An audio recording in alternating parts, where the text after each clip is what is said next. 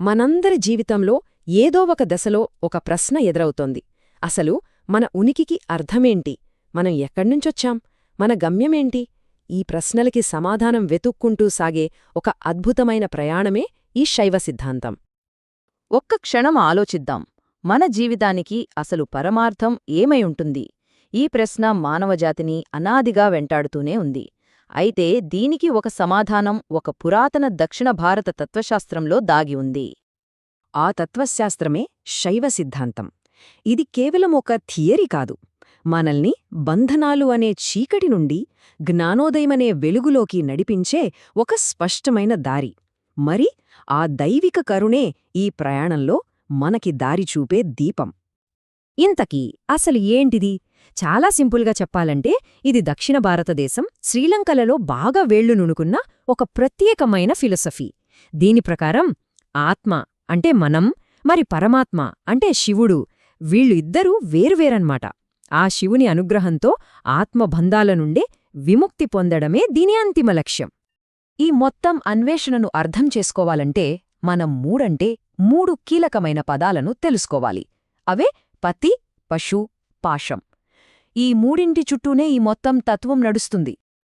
ఇక్కడ అసలు కథేంటంటే, పతి అంటే సర్వానికి అధిపతి, ఆయనే శివుడు. పశు అంటే పశువులా బంధించబడిన జీవాత్మ, అంటే మనం.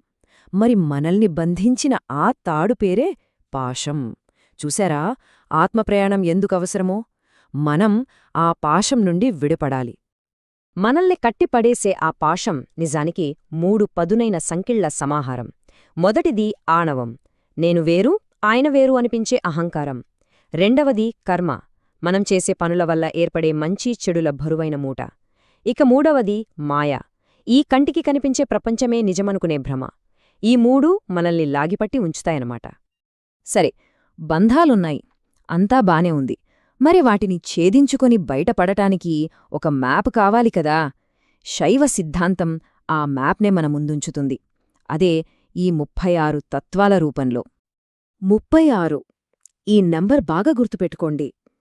ఎందుకంటే పరమశివుడి దివ్య చైతన్యం దగ్గరనుంచి మనం చూసే ఈ మట్టి, గాలి, నీరు వరకు ఈ సృష్టి మొత్తం ఈ 36 దశలుగానే రూపుదిద్దుకుంది అని చెబుతుంది ఈ సిద్ధాంతం. ఈ మ్యాప్ని మనం 3 భాగాలుగా చూడొచ్చు. కింద మన భౌతిక ప్రపంచాన్ని నిర్మించే 24 అశుద్ధతత్వాలు, పైన శివుని స్వచ్ఛమైన లోకాన్ని సూచించే 5 శుద్ధతత్వాలు, ఇక మధ్యలో ఆత్మ ప్రయాణించే మార్గాన్ని తెలిపే 7 శుద్ధాశుద్ధతత్వాలు. సో ఇది కింది నుండి పైకి సాగే ఒక ఆధ్యాత్మిక ప్రయాణం. కాబట్టి అసలు పాయింటేంటంటే ఈ 36 తత్వాలు మన ఉనికికి ఒక కంప్లీట్ గైడ్ లాంటివన్నమాట. ఈ మ్యాప్ని అర్థం చేసుకుంటే మనం ఎక్కడున్నామో, ఎక్కడికి వెళ్లాలో స్పష్టంగా తెలుస్తుంది. అప్పుడే అసలు ప్రయాణం మొదలవుతుంది. సిద్ధాంతాలు, సూత్రాలు ఇవన్నీ సరే, కానీ ఈ తత్వానికి ప్రాణం పోసిందెవరు? వారే నాయనార్లో. శివునిపై పిచ్చి ప్రేమతో పాటలే జీవితంగా మార్చుకున్న గొప్ప కవి సన్యాసులు. దాదాపు 7 నుండి 9వ శతాబ్దాల మధ్య ఈ నాయనార్లు ఊరూరా తిరుగుతూ తమ పాటలతో తమిళనాట ఒక భక్తి విప్లవాన్ని సృష్టించారు. వారు పాడిన వేలాది కీర్తనల సమాహారమే తిరుమురై. శైవ సిద్ధాంతానికి ఇది గుండెకాయలాంటి గ్రంథం. వారి భక్తి ఎంత తీవ్రమైనదో చెప్పడానికి సుందరారనే కవి అన్నా ఈ మాటలు వినండి. ఆయన శివుణ్ణి ఓ పిచ్చివాడా అని ఎంత ప్రేమగా పిలుస్తున్నాడో చూడండి. దేవుడితో ఎంత చనువు, ఎంత సన్నిహితమైన బంధముంటే తప్ప ఇలా పిలవగలరు? నిజానికి సుందరార్ జీవితమే ఒక సినిమా లాంటిది. పెళ్లిపీటల మీద ఉండగా సాక్షాత్తు శివుడే ఒక ముసలాయన రూపంలో వచ్చి ఇతను నా బానిస అని చెప్పి పెళ్లి ఆపేశాడట. ఆ తరువాత ఇద్దర్ని పెళ్లి చేసుకున్నాడు. ఒకరికిచ్చిన మాట తప్పడంతో కళ్ళు పొగొట్టుకున్నాడు. చివరికి గుడ్డివాడై ఊరువ్రా తిరుగుతూ పాటలతో శివుడిని వేడుకుని మళ్లీ చూపు తెచ్చుకున్నాడు. భక్తి మార్గంలోని కష్టసుఖాలకు ఇంతకంటే గొప్ప ఉదాహరణే ఉంటుంది? నాయనార్లు తమ జీవితాలతో దారి చూపించారు. మరి ఆ దారిలో మనం ఎలా నడవాలి? దీనికోసం శైవ సిద్ధాంతం 4 దశలతో కూడిన ఒక చక్కటి మార్గాన్ని పరిచయం చేస్తుంది. ఇదొక బంధం ఎలా బలపడుతుందో చూపిస్తుంది. మొదట దేవుడికి ఒక దాసుడిగా సేవ చేయడం, ఆ తర్వాత ఒక కొడుకులా ప్రేమగా పూజించడం, ఆపై ఒక స్నేహితుడిగా చనువగా యోగ మార్గంలో దగ్గరబడటం. ఇక చివరగా సత్యమార్గంలో జ్ఞానంతో ఆయనలో ఐక్యమయ్యే అనుభూతిని పొందడం. అద్భుతం కదూ! ఇది నిన్న మొన్న పుట్టిన కథ కాదు, శతాబ్దాలుగా పెరుగుతూ వస్తున్న ఒక మహావృక్షం లాంటిది. దీని చారిత్రక ప్రయాణం కూడా అంతే గొప్పగా ఉంటుంది. నాయనార్ల పాటలతో అంకురించిన ఈ ఉద్యమం తిరుమూలర్లాంటి యోగుల రచనలతో బలపడి 13వ శతాబ్దంలో మైకందార్ అనే తత్వవేత్త చేతిలో ఒక పక్కా సిద్ధాంతంగా మారింది. ఇప్పటికీ ప్రపంచవ్యాప్తంగా 50 లక్షల మందికి పైగా ఈ మార్గంలో నడుస్తున్నారు. అంటే ఇదొక సజీవ సంప్రదాయం. దీనికున్న ప్రత్యేకత అర్థం కావాలంటే దీన్ని అద్వైతంతో పోల్చి చూడాలి.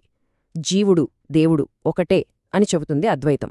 కాని శైవ సిద్ధాంతమేమంటుందంటే ఉప్పు నీటిలో కరిగినట్టు ఆత్మ దేవునిలో లీనమవుతుంది. ఆలోచించండి, ఉప్పు నీటిలో కలిసిపోయినా దాని ఉనికి పోదు కదా, అలాగే ఆత్మ కూడా తన ప్రత్యేకతను కోల్పోకుండానే దేవునితో ఏకమవుతుంది. ఈ సంప్రదాయం తన మూలాలను ఎంత అందంగా వర్ణించిందో చూడండి. వేదాలు ఆవు అయితే ఆగమశాస్త్రాలు ఆ ఆవు పాలు, నాయనార్లు పాడిన పాటలు ఆ పాలతో చేసిన నెయ్యి, ఇక మైకందర్ రాసిన సిద్ధాంత గ్రంథం ఆ నెయ్యి యొక్క అసలైన రుచి. ఒకదాని నుండి మరొకటి ఉద్భవిస్తూ అన్నీ కలిసితేనే అసలైన అనుభూతి. చివరగా ఒక ప్రశ్న: ఆత్మ ఎప్పటికీ శివుడి నుండి వేరైన అస్తిత్వమే అయితే మరి మోక్షం లేదా దేవునితో ఐక్యం కావడం అంటే ఏమిటి? అది పూర్తిగా కలిసిపోవడమా లేక విడదీయరాని సాన్నిహిత్యమా? ఈ ప్రశ్న మీ ఆలోచనలకు వదిలేస్తున్నాను. ఎందుకంటే కొన్నిసార్లు జవాబుల కన్నా సరైన ప్రశ్నలే మనల్ని ఉన్నత స్థాయికి తీసుకెళ్తాయి.